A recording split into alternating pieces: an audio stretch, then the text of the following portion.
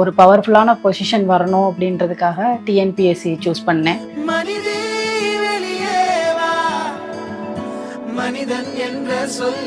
படிச்சு முடிச்ச உடனே எனக்கு மேரேஜ் ஆயிடுச்சு. அதுக்கப்புறம் 2 குழந்தைங்க ஆயிடுச்சு. 2022ல வரண்டா ரேஸ்ல ஜாயின் பண்ணி ப்ராப்பராக என்னோட கோச்சிங்கை ஸ்டார்ட் பண்ணேன். ஹவுஸ் ஒய்ஃப்னா பிள்ளைங்களை பார்க்கணும், பிள்ளைங்களோட ஸ்டடீஸ், நம்மளால தான் ஸ்டடீஸ் இதாகிடுச்சுன்னு சொல்லிட்டு கஷ்டமா இருக்கும்.